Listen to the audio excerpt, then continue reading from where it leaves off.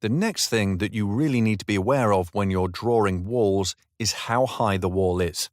Double-click on the north elevation and you can see we've got our level 1 and our ground floor, and our wall is shooting up at a random height.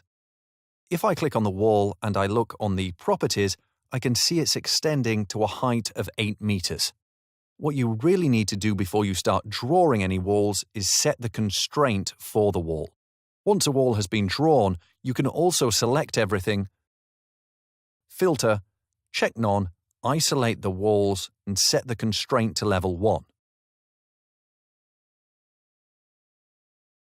And that will now constrain all the walls to level 1.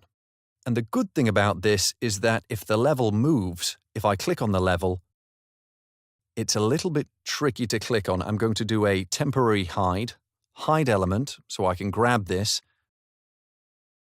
And now I might just drag that up, and you can see that the walls are connected. I'm going to show the elements again so that can be reset. I'm going to go back to my ground floor and ensure that all the walls will all be connected to the ceiling level. So what you need to do is WA for wall, and then before you draw the wall, set that to level 1.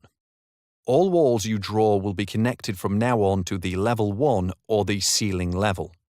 When you work in Revit, if you go to start a command like WA for wall, then change a parameter, then execute the command, Revit will always remember that as the default position. If you go and do the command, WA for wall, draw the wall and then the parameter, Revit will think that that's a one-off. So it's really important to set those parameters before you go ahead and start drawing your walls.